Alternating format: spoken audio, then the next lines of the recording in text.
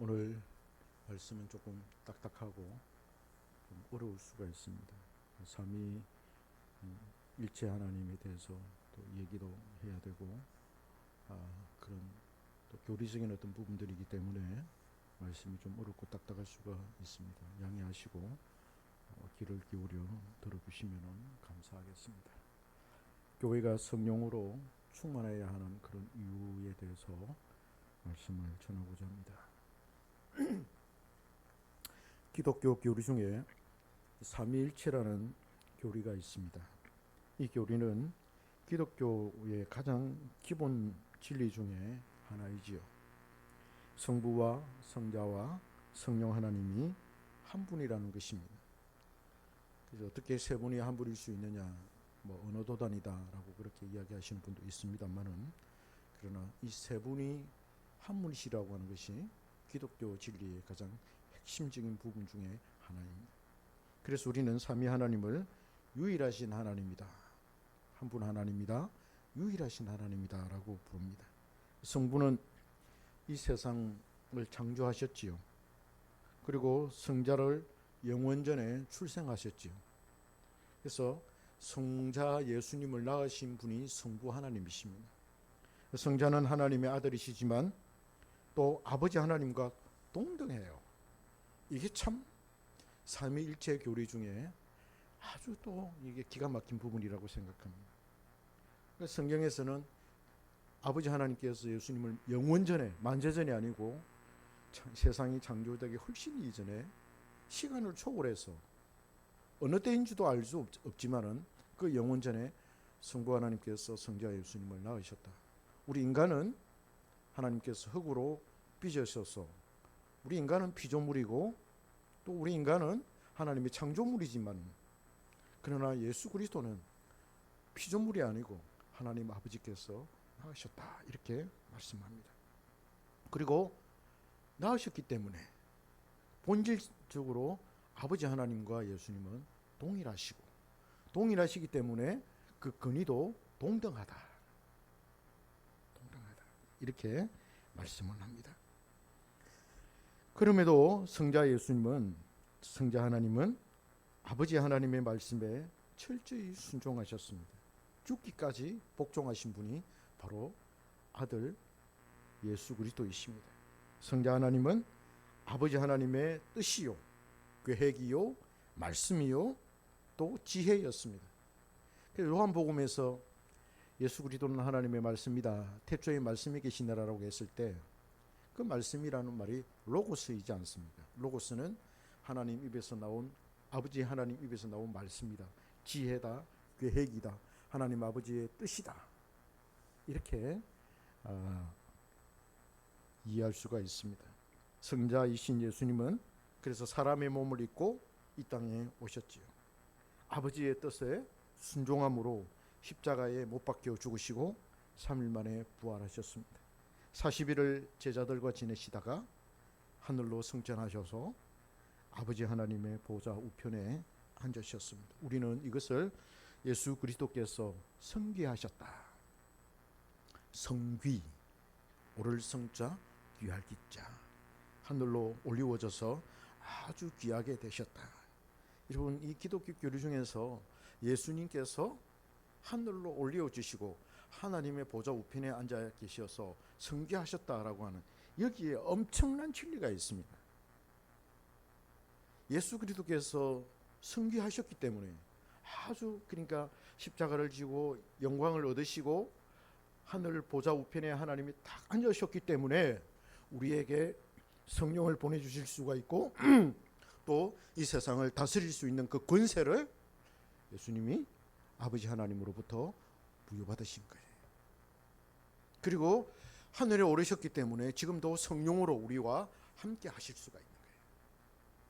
그러니까 십자가를 지시고 또 부활하시고 40일 동안 제자들과 함께 지내시다가 하늘로 올리우시고 보좌 우편에 앉으신 이 시리즈, 이 일들이 끝난 이후에 주님께서 받으신 그 성귀하심으로 말미암아 엄청난 놀라운 일들이 이 세상에 지금 이루어지고 있다는 거예요. 여기에 다음에 시간이 되면 이것 가지고 한번 말씀을 전하고 싶은데 엄청난 비밀이 들어가 있습니다. 성령은 예수 그리스도로 말미암아 하나님 아버지로부터 우리에게 오십니다. 한 번 오신 성령은 그래서 우리를 떠나지 않으시죠. 예수 그리스도께서 성취하셨기 때문에 우리에게 성령을 보내실 수가 있는 거예요. 예수님의 이름으로. 물론 아버지 하나님께서 보내주시지만 예수님의 이름으로 우리에게 그래서 성령 하나님을 그리스도의 영이라고 그러지 않습니까? 그리스도의 영이라는 것은, 영이라는 이 말은 구약 성경에는 잘 안 나와요. 하나님의 영 이렇게 나오지. 신약 성경에 예수님께서 부활하시고 난 다음에 나오는, 등장하는 그 성령의 이름을 이야기할 때는 그리스도의 영이다. 그리스도께서 보내주시죠. 물론 하나님 아버지께서 보내주지만 그리스도의 이름으로 우리에게 보내주신 분. 그래서 성부 하나님과 성자 하나님은 성령 하나님을 통해서 일을 하십니다. 일을 하실 때 삼위 하나님이 서로 관련되고 함께 하십니다.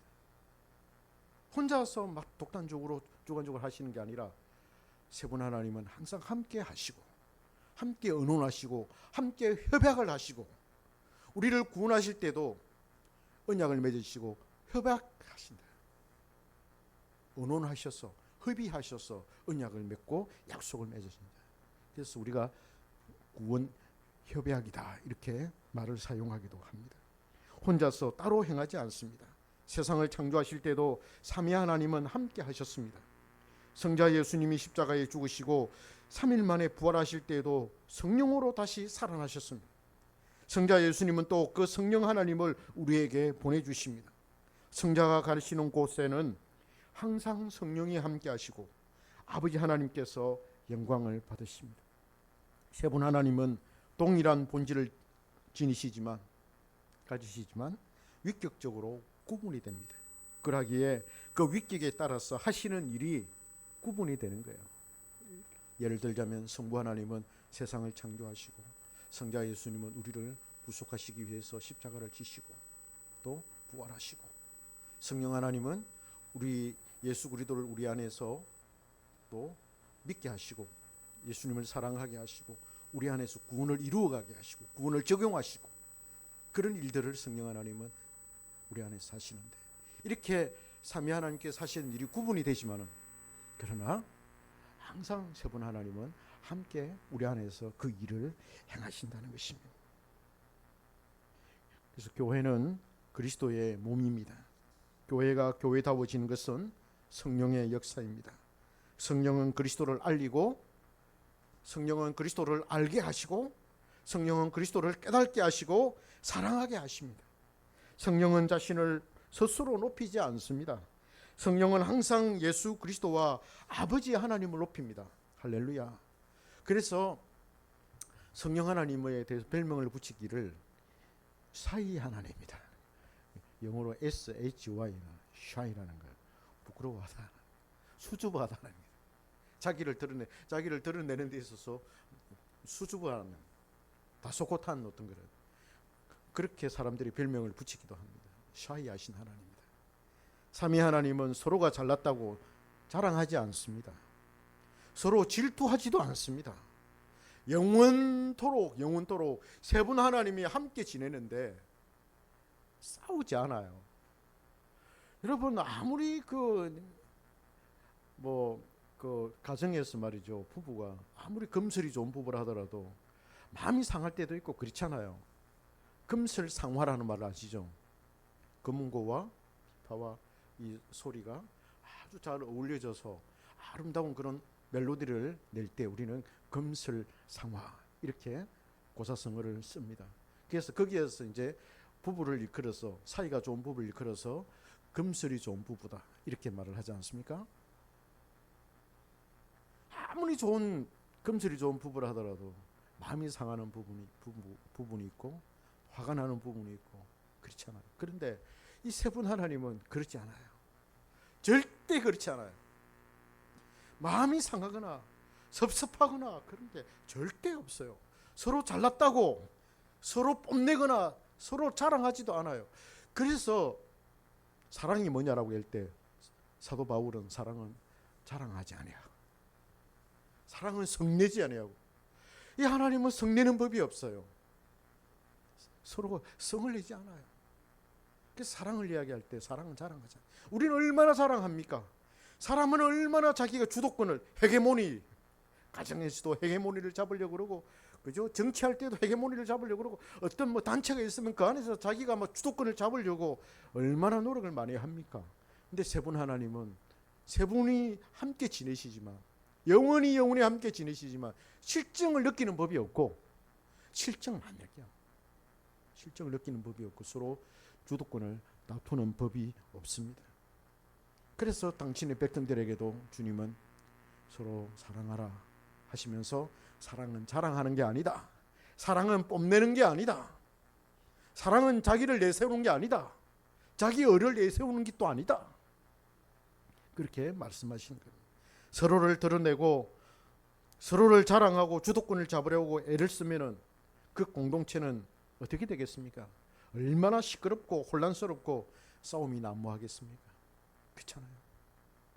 서로 막 주도권, 우리 교회 안에서도 지금도 목사님이 딱 있는데 내가 이 교회 주도권을 잡아야지 하면서 막 그죠? 그렇게 하면 시끄럽지 않겠습니까? 목사가 둘이다 이렇게 하면 목사가 셋이다 이렇게 되면 어떻게 되겠습니까? 2024년도에는 좀 그런 일이 있었죠. 우리 교회도. 그래서 주님의 교회는 삼위 하나님의 관계처럼 이렇게 되어야 합니다. 서로를 숨어야 돼요. 숨겨야 돼요. 서로를 숨기고 다른 사람을 높여주고 다른 사람을 자랑하고 내가 스스로 뽐내는 게 아니라 다른 사람이 다른 사람을 높여주고 귀하게 여기고 그래야 되는 거죠. 다시 성령 하나님으로 돌아가서 한번 생각해 봅시다. 성령은 큰 기적과 이적을 행하시기도 합니다. 외적인 능력을 행하도록 하시기도 하지만은 내적으로도 아주 강하게 우리 안에서 역사하십니다. 사람이 변화되고 사람이 거듭나고 영적으로 성장하고 영적으로 성숙하여서 거룩하게 되는 그 모든 일은 성령의 일입니다. 성령 하나님께서 우리 안에서 행하십니다. 성령은 우리 안에서 쉬지 않고 이 일을 행하십니다. 할렐루야. 우리는 그걸 몰라서 그렇지 성령 하나님은 우리 안에서 그걸 행하십니다. 그래서 우리가 거룩한 삶을 살지 않고 엉뚱한 길을 가고 하나님의 말씀에 정반대의 길을 걸어가면 성령께서 말할 수 없는 탄식, 말할 수 없는 그 우리 안에서 근심을 하게 되는 거예요. 그래서 성령을 해방하는 죄를 용서받지 못한 죄라고 그러잖아요. 왜? 성령을 해방하는 그 자체가 영적으로 성장하지 않고 자라지 않고 제 마음대로 살겠다는 거잖아요. 그러면 하나님으로부터 버림을 받은 사람이라는 말이죠. 그래서 성령은 우리 안에서 엄청난 일을 행하십니다. 성령은 우리에게 예수 그리스도라는 생명을 얻게 하시고 예수 그리스도를 더욱 잘 알도록 말씀으로 조명하여 주십니다. 그리스도 안에 감추어진 보화를 우리가 캐내어서 알도록 적용을 시켜 주십니다. 그리스도의 것이 우리의 것이 되게 하시죠. 그리스도께서 십자가에 죽으실 때 흘리신 그 피를 성령은 우리 영혼에다가 뿌려줍니다. 집사님, 이 말씀 굉장히 중요합니다. 제가 지금 논문을 준비하고 있는 그 부분인데 성령이 그리스도의 피를 우리의 심령에다가 우리의 영혼에다가 날마다 뿌려준다는 거예요. 구약시대에 제사장이 양을 잡아서 그 피를 제단에 뿌리는 것처럼 성령께서 우리의 영혼에 그리스도의 피를 날마다 뿌려주신 거예요. 쉬지 않고 뿌려주시는 거예요. 할렐루야. 그래서 우리가 거룩하게 되고 그래서 우리가 의롭다함을 잊게 되고 그래서 우리가 하나님 아버지 앞으로 담대히 나아갈 수가 있는 거예요. 할렐루야. 너무 잘 쓸 수 있도록 기도해 주시기 바랍니다. 저는 이 부분이 굉장히 엄청난 그런 진리라고 생각합니다. 이게 제가 칼빈에게서 발견한 거예요. 아무나 발견되는 게 아무나에게 주어지는 그런 발견의 은혜가 아니라 하나님께서 저에게만 주신 그런 은혜라고 생각합니다. 그래야 우리는 날마다 하나님 앞에서 거룩한 존재로 설 수가 있는 것이지요. 그뿐 아니라 성령은 그리스도께서 우리를 위해서 이루어 놓으신 의로움을 우리에게 적용시켜 주시고 전가시켜 주십니다. 그리스도의 의를 우리의 의로 만들어 주시죠. 오늘 본문은 이러한 차원에서 우리가 이해할 수가 있습니다. 바울은 에베소 성도들을 위하여 하나님께 기도하는 내용을 구체적으로 지금 본문에서 기록을 합니다. 이 기도의 가장 큰 핵심은 하나님 아버지를 아는 것입니다. 알게 하시고라는 말씀이 주를 이루고 있습니다. 주동사로 우리가 생각할 수가 있습니다. 17절에 하나님을 알게 하시고라고 말하고 18절과 19절에서는 하나님께서 왜 그들을 부르셨는지, 그 부르심의 소망이 무엇인지, 하나님이 그들에게 주시는 그 기업의 풍성함이 무엇인지, 하나님이 그들을 위해 행하시는 그 큰 능력이 어떠한지를 알게 하시기를 구하노라, 이렇게 말씀합니다. 그렇잖아요. 그래서 알게 한다라는 말이 오늘 이 문장의 핵심입니다. 그래서 17절부터 19절까지는 성부 하나님이 누구신지, 성부 하나님이 어떤 분이신지, 성부 하나님이 우리를 왜 부르셨는지에 대해서, 성부 하나님에 대해서 말씀을 하신다면은 그 다음 20절부터 23절까지는 그리스도를 알도록 기도를 합니다. 20절에는 하나님 아버지의 그 능력이 어떻게 그리스도 안에서 역사하여 죽으신 그리스도가 다시 살아나서 하늘 우편에 앉으셨는지를 알아야 한다는 것입니다. 예수 그리스도의 성기를 말하고 있습니다. 여기서도 예수님이 하늘에 올려오시고 하나님의 보좌 우편에 앉으셨다는 그 부분에 대해서 사도 바울이 엄청나게 강조를 합니다. 그래서 이 성지에 있어서, 그리스도의 성기에 있어서 엄청난 진리가 포함이 되어 있습니다. 또 하늘로 오르신 그 예수 그리스도께서 하늘과 땅을 다스리는 권세를 부여받아서 어떻게 오고 오는 세상을 통치하게 되셨는지를 알아야 할 것을 요구합니다. 예수님이 어떻게 해서 이 세상을 통치할 수 있게 되었는지, 어떻게 해서 예수님이 세상을 통치하는 그 권세를 부여받았는지 그걸 말씀하는 거예요. 하늘로 올라오셨기 때문에 십자가를 이겨내시고 부활하시고, 그죠? 성천하셔서 하나님의 보좌 우편에 앉아서 임무를 다 완수하셨기 때문에 아들로서 예수 그리스도께서 구원의 그 사명, 우리를 위한 그 일들을 다 행하셨기 때문에 권세가 예수님에게 주어져서 그 권세를 가지고 세상을 다스리게 되었다, 이 말씀이에요. 그걸 성도들은 알아야 한다. 바울이 지금 그걸 말씀하고 있습니다. 할렐루야. 가슴이 벅차오르지 않습니까? 나만 그러나? 그뿐 아니라 그리스도가 이 모든 이름 위에 가장 뛰어난 이름이시며 만물을 그 발 아래 복종하게 하시고 교회의 머리가 되신 것을 알아야 할 것을 요구합니다. 왜 그리스도께서 교회의 머리가 되셨습니까? 어떻게 되셨습니까? 어떻게 모든 만물을 예수님의 발 아래 복종시킬 수 있었고 이 세상의 모든 군왕들을 예수님께서 통치할 수가 있습니까? 지금도 이 세상의 모든 군왕들, 미국의 트럼프를 세우시는 분도 예수 그리스도시요, 중국의 시진핑을 세우시는 분도 예수 그리스도시요, 러시아의 푸틴을 세우시는 분도 예수 그리스도이십니다. 예수 그리스도께서 지금 이 세상을 섭리하시고 통치하십니다. 할렐루야. 성귀하셨기 때문에 예수님에게 그런 권세가 주어진 줄 믿습니다. 그걸 알아라는 것입니다. 그걸.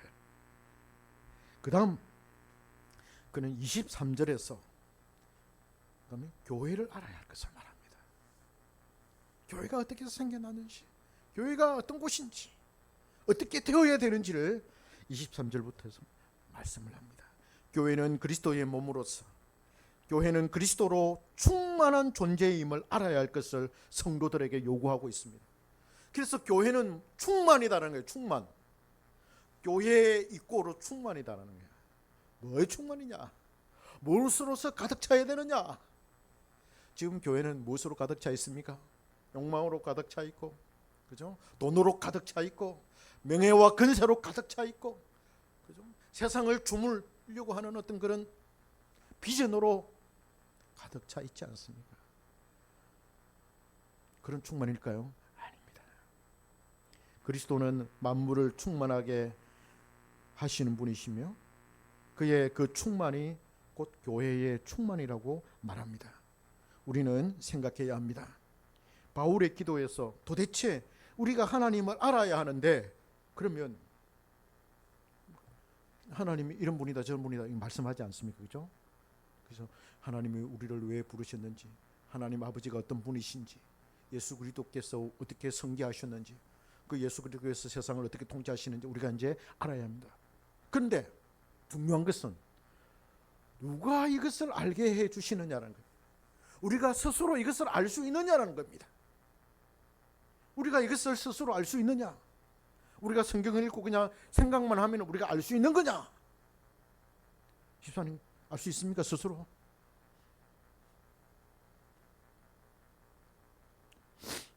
하나님이 이런 분이다 저런 분이다 라고 누가 가르쳐 주느냐 하는 것입니다. 우리가 그냥 성경을 읽고 알 수 있습니까?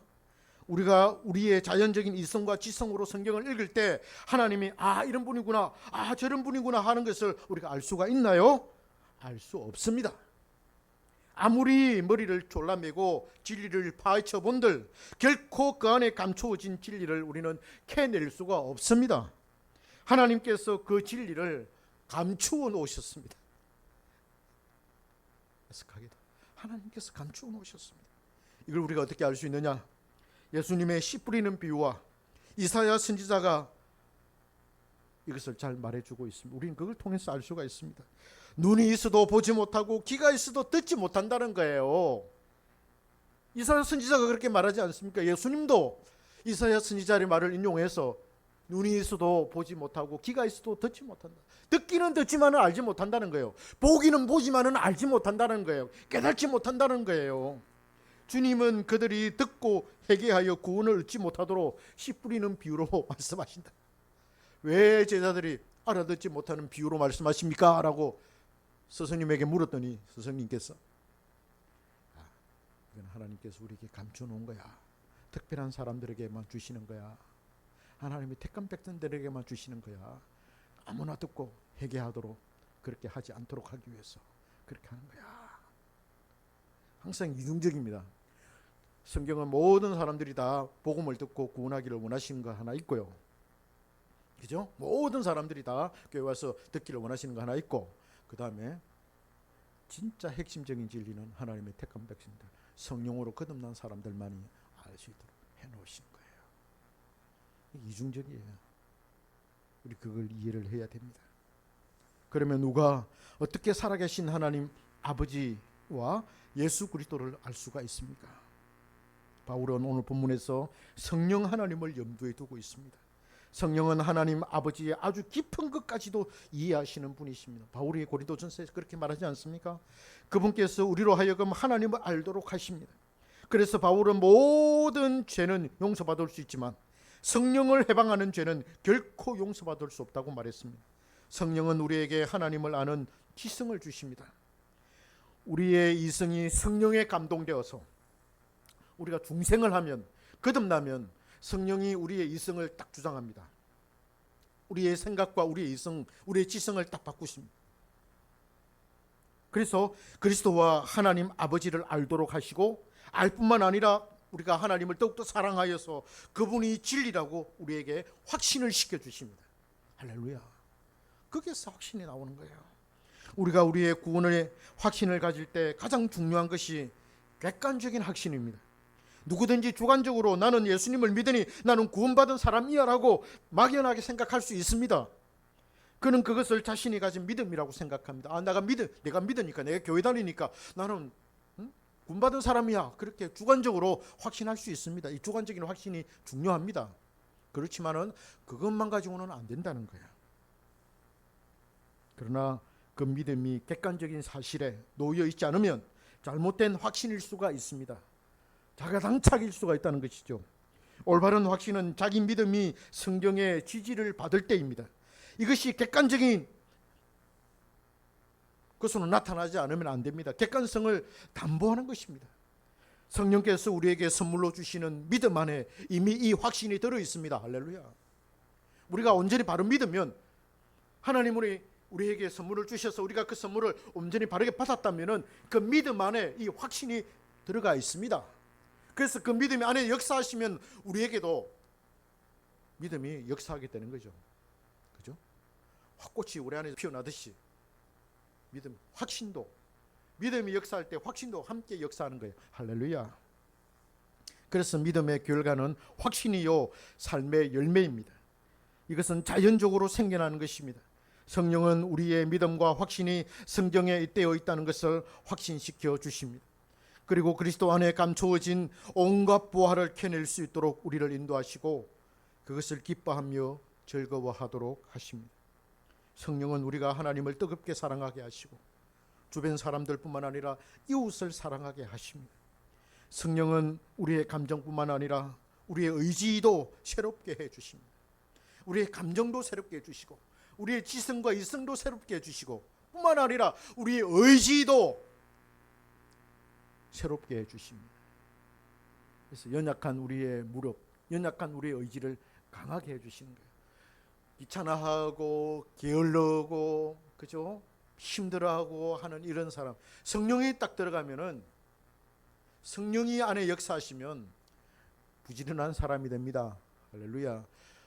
귀찮음을 이기는 사람이 됩니다. 성실한 사람이 되는 거예요. 할렐루야. 그래서 본성이 바뀌는 것입니다. 성령이 우리의 의지를 만져주시고 우리를 인도하실 때 우리는 선을 행할 수가 있습니다. 이때 나오는 선이 열매가 되는 것이고, 이때 성령으로 말미암아서 나오는 이 선함이, 선행이 열매가 되고 하나님이 인정하시는 삶의 결과가 되는 것입니다. 성령은 하나님 아버지를 알도록 하시고 그리스도와 교회를 알게 하십니다. 성령은 교회 안에서 그리스도가 충만하도록 하십니다. 요한계시록을 보면 예수 그리스도는 7별을 가질 뿐만 아니라 7영을 가지신 분으로 묘사되고 있습니다. 7별의 7은 완전한 수입니다. 그래서 7별이라고 할 때 그거는 교회를 말하는 거예요. 7교회를 말하는 것이고, 이거는 이 지상에 펼쳐져 있는 보편교회를 말합니다. 가톨릭 교회, 공교회를 말합니다. 그 7영은 성령 하나님입니다. 7교회에 있는 그 성령 하나님을 7영이라고 말씀하시고, 그래서 예수 그리스도께서 7별과 7영을 가지셨다. 요한계시록에서는 그렇게 말씀합니다. 예수 그리스도는 교회에 그래서 성령을 부어주시고, 성령은 교회 안에서 그리스도가 가득 차도록 하십니다. 결국 성령으로 가득한 것은 예수 그리스도로 가득한 것입니다.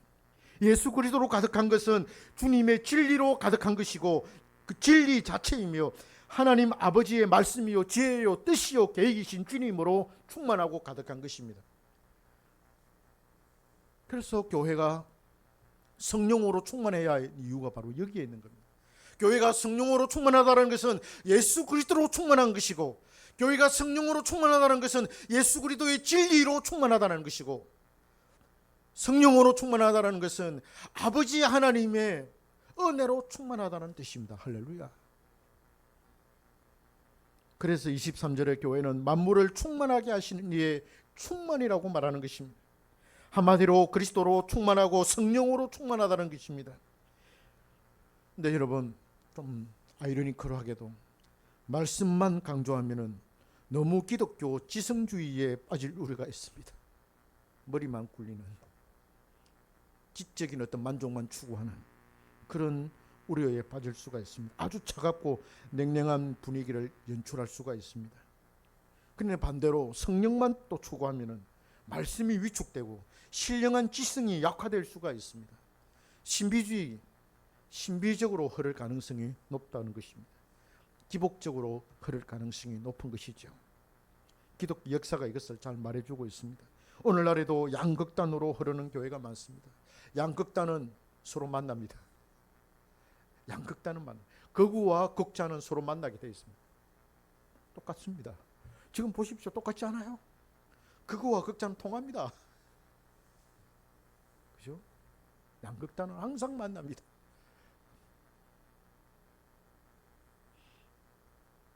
그러나 오늘 본문에서 교회의 충만을 말할 때 그것은 성령으로 충만한 것이며, 성령으로 충만한 것은 만물을 충만케 하는 예수 그리스도의 충만입니다. 이것은 말씀으로의 충만이며 진리의 충만임을 말하는 것입니다. 이 말은 또 진리가 선포되고 설교되고 가르쳐질 때, 온 성도가 하나님을 알게 될 때, 물이 바다를 덮음같이 여호와를 아는 지식이 가득 차게 되어질 때 성령의 강력한 역사로 이것이 이루어지는 것이기 때문에 그것이 사람을 감화시키고 감동을 주어서 사람이 뒤집어지게 하는 것입니다. 할렐루야. 성령께서 말씀과 함께 역사하실 때 그 역사에 해당되는 사람의 지성과 감성과 의지가 완전히 성령께 붙들려서 새롭게 변화된다는 것입니다. 성령은 말씀으로 우리를 위로하고 격려하며 연약한 자를 강하게 하시고 넘어진 자를 일으켜 세워주시며 죄를 짓는 자를 말씀으로 꾸짖습니다. 그가 말씀을 따라 바른 길을 걷게 하시고 영적으로 거듭나서 성장하도록 이끌어 주시고 성숙하여서 성령의 열매를 맺게 하십니다.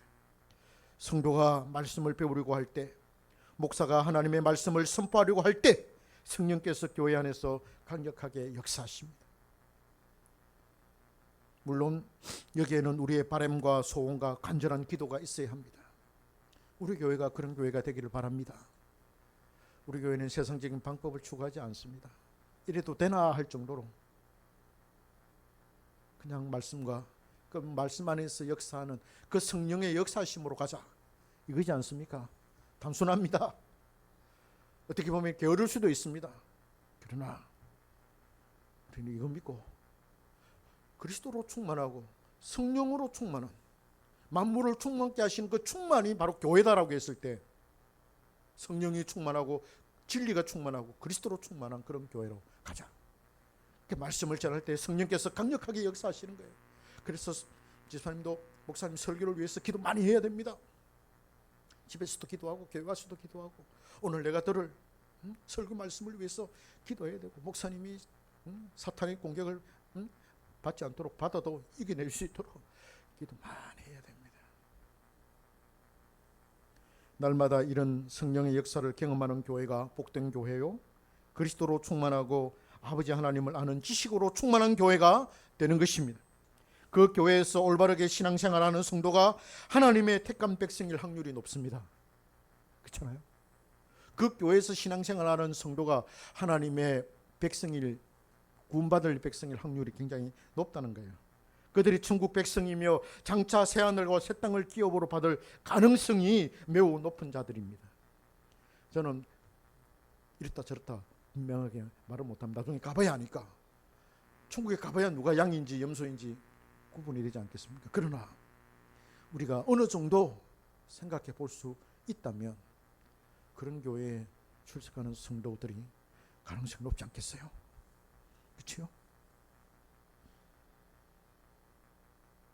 그래서 교회 안에는 성령이 충만해야 하는 것입니다.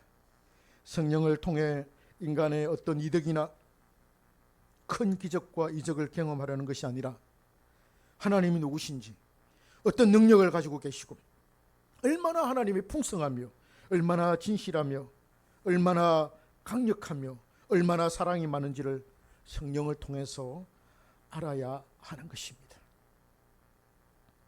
이것이 교회가 누리는 가장 큰 은혜요, 가장 큰 복락입니다. 이것이 충만한 교회가 진정한 교회예요.